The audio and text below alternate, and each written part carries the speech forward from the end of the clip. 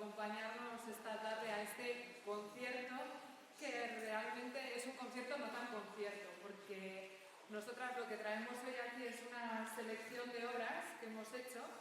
No todas son para flauta y piano, es decir, va a haber obras solo de piano, algunas de flauta y piano y algunas que son adaptaciones de violín y piano que, bueno, hemos querido traer y que están un poco pensadas para poder integrar en todos los cursos que se estudian aquí, desde elemental hasta grado profesional e incluso alguna de grado superior. O sea que vais a ver que son piecitas un poco cortas, muy seleccionadas para mostrar todo lo que podemos tocar de mujeres compositoras a lo largo de nuestros estudios. Nosotras, bueno, venimos desde ESAS, que es una red de mujeres artistas y creadoras que surgió en Bilbao, y lo que queremos es difundir un poco el trabajo que ha quedado olvidado a lo largo de la historia de tantas y tantas mujeres, y bueno, también poner en valor todo lo que se hace ahora. Y bueno, seguramente creo que Carmen igual quieres decir por qué se ha quedado olvidado este trabajo a lo largo de eso. Sí, hemos hecho una presentación en la experiencia de música de Veremos sobre, bueno, causas que han podido hacer que el trabajo, la producción femenina en el terreno de la composición haya quedado tal vez un poco en el olvido.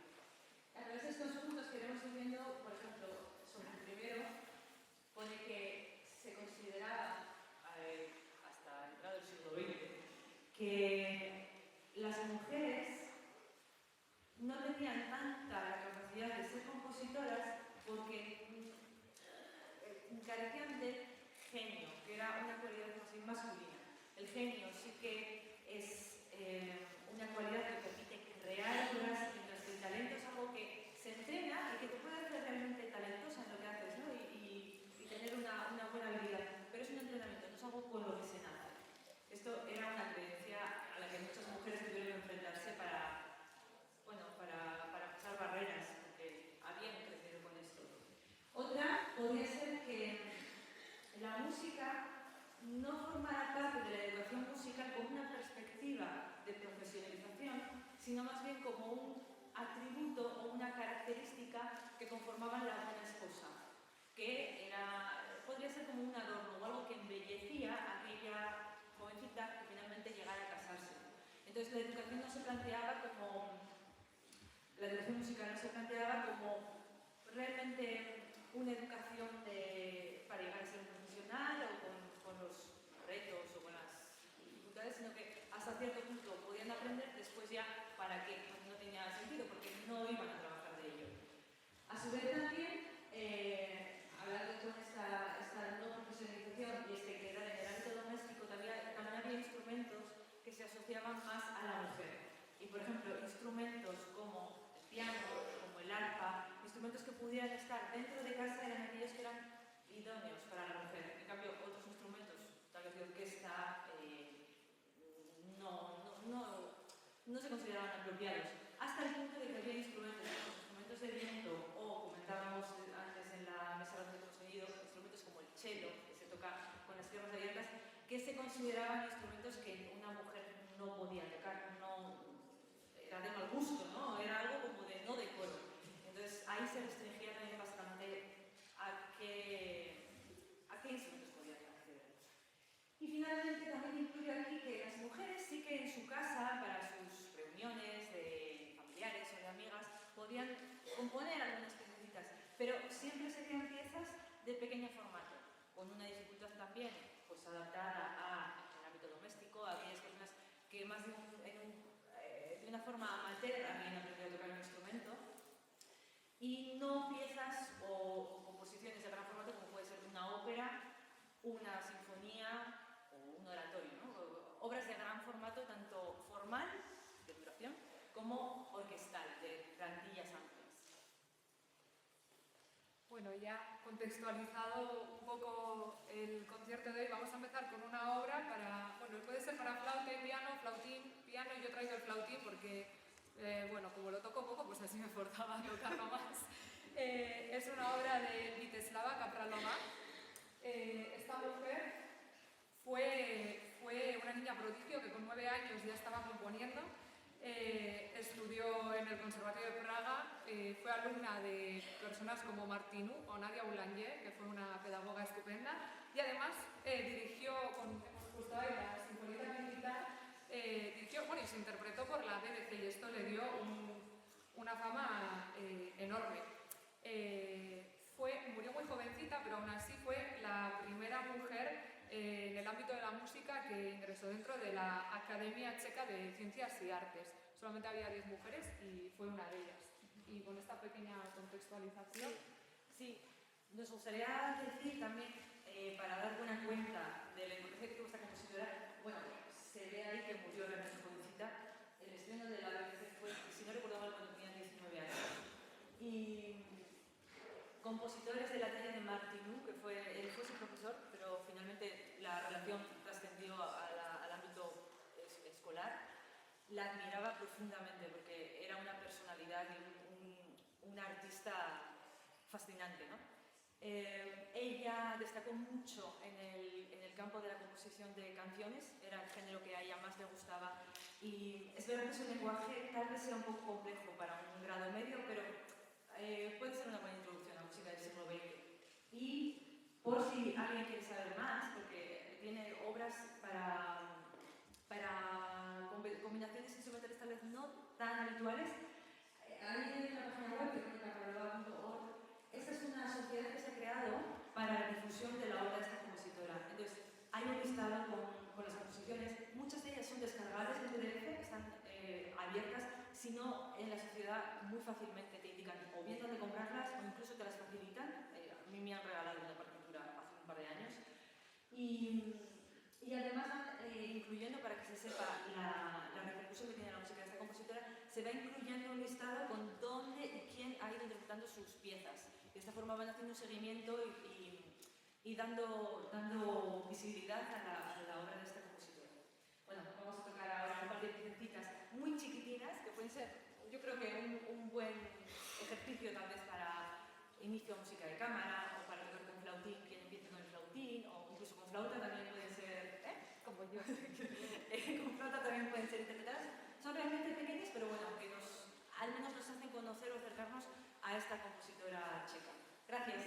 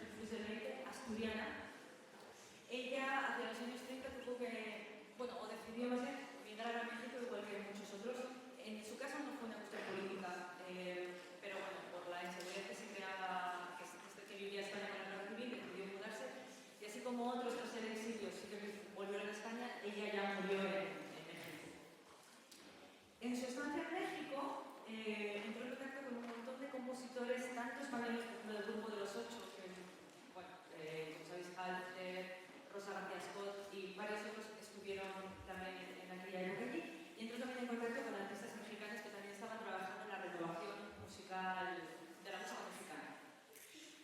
Ella se le ha comparado, la tesis de Tania Perón sobre María Teresa Ríos es realmente interesante y nos daba una visión muy, muy rica sobre su creación. A ella se le ha comparado un poco con la monja Sor Juana Inés, la monja mexicana, que, bueno, de alguna manera esta monja decidió meterse en un convento, tal vez no principalmente por una creencia religiosa, sino por poder dedicarse a la escritura de poesía. En este caso se le comparaba un poco, en tanto que María Teresa Prieto no tuvo familia y siempre estuvo dedicada a la composición. Fue, yo creo, además una persona con muchas inquietudes, por lo que se puede ver es que a lo largo de su producción abordó muchos lenguajes, desde la modalidad hasta el dodecafonismo, el folclore, que vamos a, yo creo que se siente o se va a escuchar en la pieza que yo voy a interpretar. Comenté antes que a las mujeres se les, bueno, no era propio de la composición musical femenina el cultivar grandes formas, pero tanto de Capralo Barro como de María Teresa Prieto son mujeres que sí que se enfrentaron a la composición de géneros de primer orden, por decirlo así, pues, sinfonías, óperas y demás. La pieza que voy a interpretar se llama Escenas de Niños, nos recuerda un poquito a las escenas de niños de Schumann, ¿no? Es una pieza que yo creo que puede estar muy bien pensada para primeros, o un segundo, tercero o cuarto tal vez, del grado elemental. Y es una pieza anterior al exilio en México, es como de los años 19, o del año, sí, de 1919. Y bueno, en ella se puede asociar el juego del canon, ya empieza a ver un poquito la polifonía, juegos de polifonía, con el folclore asturiano.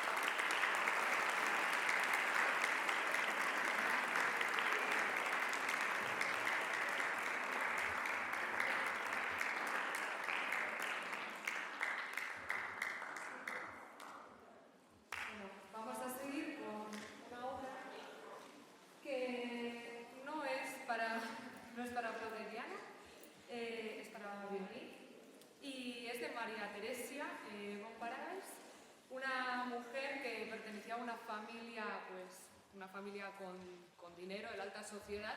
Es más, era hija del secretario imperial de comercio, o sea que, bueno, esto estaba muy bien porque le pudieron posibilitar unos estudios, sobre todo, bueno, teniendo en cuenta que era una mujer que era ciega, se quedó ciega muy jovencita, entonces, claro, en aquella época no era tan fácil.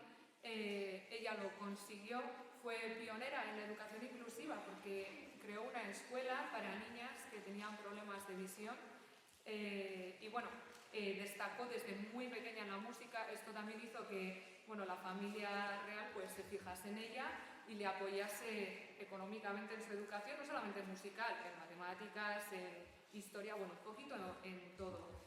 Empezó a dar conciertos con 11 años, nada más, en los salones de la aristocracia. Y bueno, es que hubo compositores de la talla de Mozart o Haydn que estaban muy interesados en su trabajo y que le seguían muy de cerca. Llegó un momento que ella decidió abandonar la carrera concertística y bueno, se dedicó a componer sobre todo óperas y cantatas, aunque es verdad que muchas de sus obras se han perdido, nadie sabe dónde están.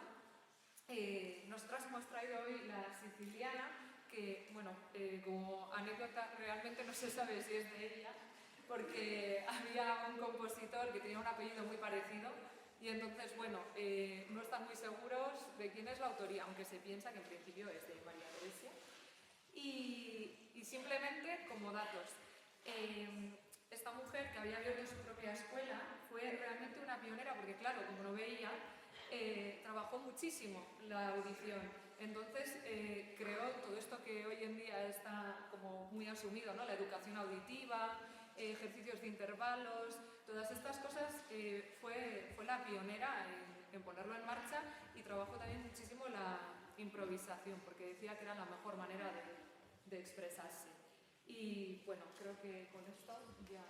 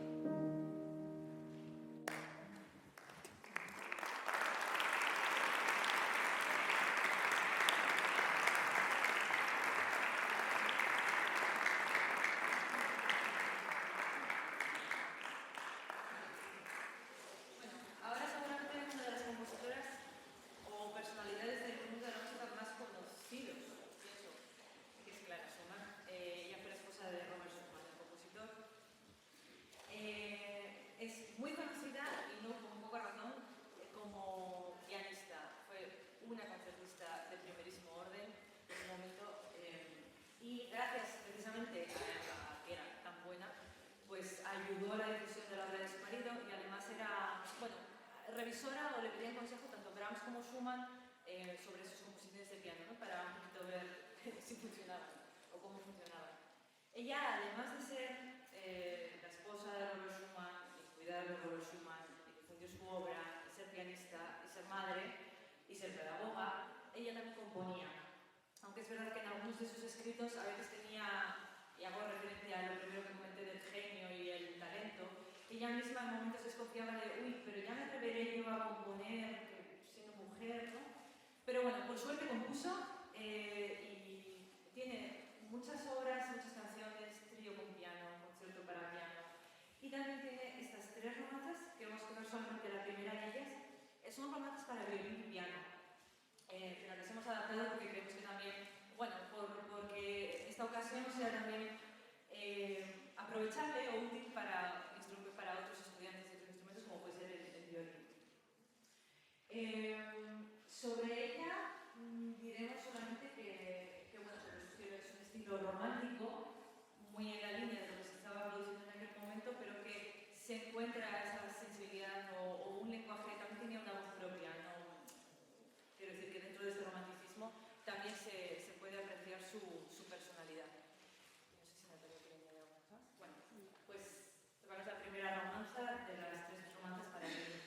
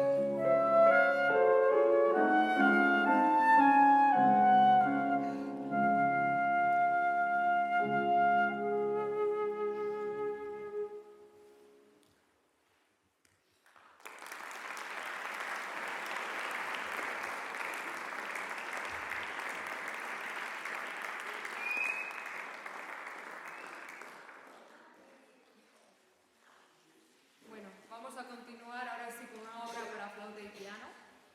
Es parte de una suite de 5 movimientos, vamos a tocar el quinto. Y esta mujer, Clemence de Grandval, simplemente decir que durante su vida fue una compositora realmente reconocida, que por alguna razón después cayó en el olvido, y que, quizás alguna razón sea que muchas de sus obras las publicó con seudónimos, porque, ella era como medio de una familia noble, entonces esto tampoco, aparte de ser mujer, pues tampoco le permitía publicar con su propio nombre. Era de familia de artistas, su padre, aparte de ser oficial de la Legión, era pianista, su madre pues publicaba cuentos, y entonces esto hacía que estuviese rodeada de un ambiente muy artístico que seguramente le sirvió de inspiración. Recibió lecciones, entre otros, por ejemplo, de Chopin. Como era de una familia, pues hemos dicho eso, noble, pudo trabajar como compositora toda su vida sin preocuparse absolutamente de nada, ni problemas financieros, de dinero, nada. Y empezó sobre todo componiendo cositas quizás más religiosas, pero después ya publicó óperas, varias canciones populares, cosas instrumentales. Y además es importante decir que en Francia, que había mucho movimiento musical, ella fue una de las compositoras más importantes en esa Sociedad Nacional de Música, y de hecho era la compositora que más interpretaba en los encuentros. Simplemente decir que si aquí hay estudiantes de oboe, que sepáis que dejó una grandísima producción para oboe, como curiosidad, y ahora vamos a interpretar el quinto movimiento.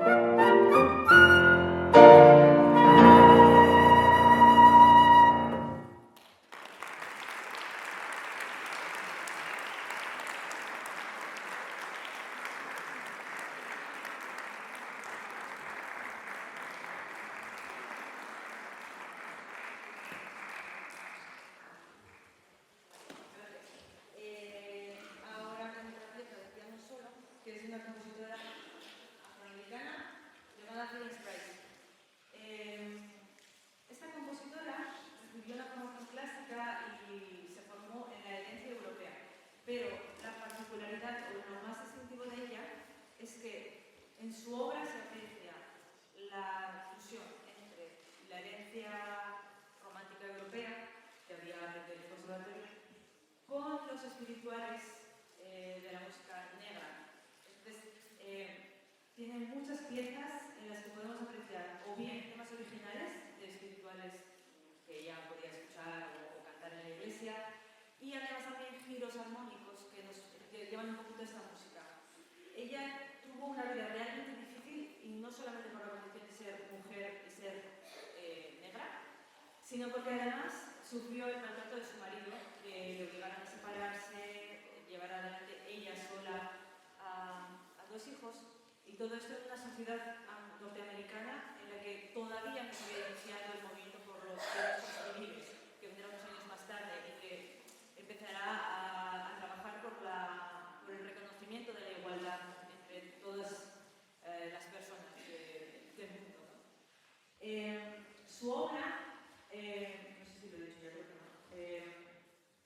ha estado perdida, muchísima parte de su obra, hasta muy recientemente, en la que un poco, bueno, de casualidad o porque es lo que tocaba, fueron a una casa que ella tenía, ya había fallecido, esto ha sido en los años 2000, creo que 17, no recuerdo bien, y se encontraron muchísima obra que se desconocía completamente. Ahora mismo está en la Universidad de Arkansas, también es, bueno, relativamente fácil contactar con ellos y conseguir o bien que nos indiquen dónde puede encontrarse sus obras, o incluso ellos escanean, o sea, se puede acceder a la obra. Y quería comentar solamente también sobre la relevancia que tuvo en vida esta compositora.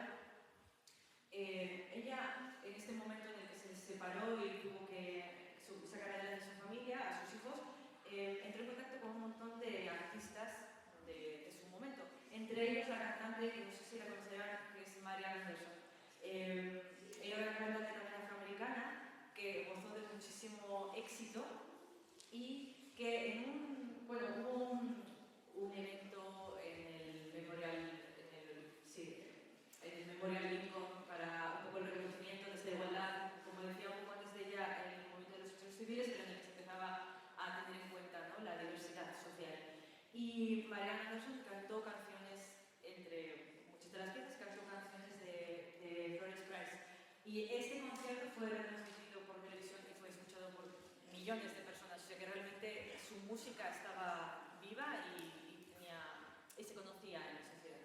La pieza que voy a interpretar, de nuevo, es una pieza muy sencilla, como de nuevo, yo creo que bastante útil para primeros cursos o cursos intermedios elemental. Y en esta pieza, que se llama Chalgaset, es una especie de nana que escribió a uno de sus hijos, ya podemos ver estos giros y estos colores armónicos que nos recuerdan un poquito a los espirituales, incluso de alguna forma al blues y a las músicas nuevas que estaban surgiendo en Estados Unidos durante el siglo XX.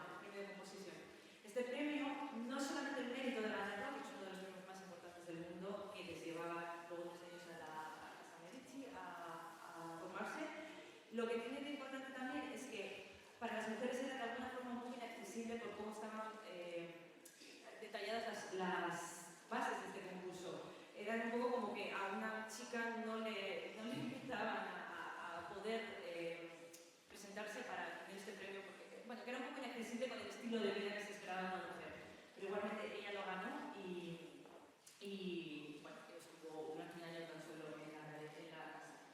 Su música tal vez va un poco en relación con la personalidad de esa compositora, que aparentemente era alguien muy frágil por esos problemas de salud, pero a su vez demuestra un grandísimo carácter, ¿no? Al romper esas barreras, presentarse por ejemplo a este concurso, ganarlo y desarrollar su carrera. Y veremos una concepción bastante como catedral, como grande, a la vez de una ligereza también bastante similar a la, bueno, tal vez propia de la música francesa que se venía desarrollando a finales del 19 y del 20. Estas son dos piezas para violín, nuevamente. Ha hecho Natalia la adaptación y esperemos que les guste.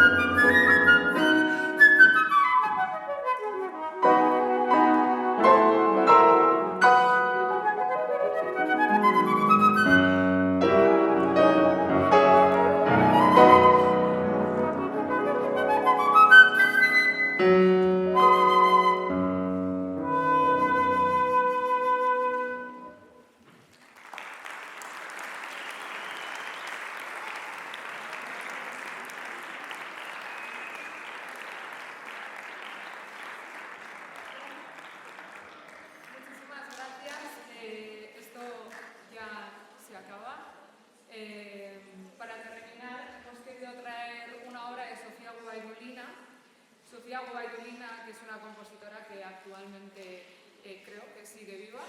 Digo creo porque hace bastante que no veo, pero creo que sí. Esta mujer es una de mis compositoras favoritas porque es que me parece una pasada el trabajo que ella hace. He querido traer unas citas que están ahí que un poco definen cómo es esta compositora, ¿no? Por ejemplo, dice: la ópera me mantendría a ras de tierra porque tiene demasiadas cosas. El género sinfónico, sin embargo, no tiene ese exceso de materia, me permite conectar con el cielo, subir al cielo. Esto refleja un poco que es una mujer muy espiritual, muy religiosa. Esto le trajo muchos problemas cuando era joven. De hecho, Sostakovich, otra chica que he traído, le animaba a continuar por el camino erróneo, ¿no? Por el camino incorrecto, porque no se veía bien la música que ella hacía, el régimen no lo admitía, su música se metió en una lista negra de la música que no se podía interpretar, por lo que ella pretendía expresar con eso.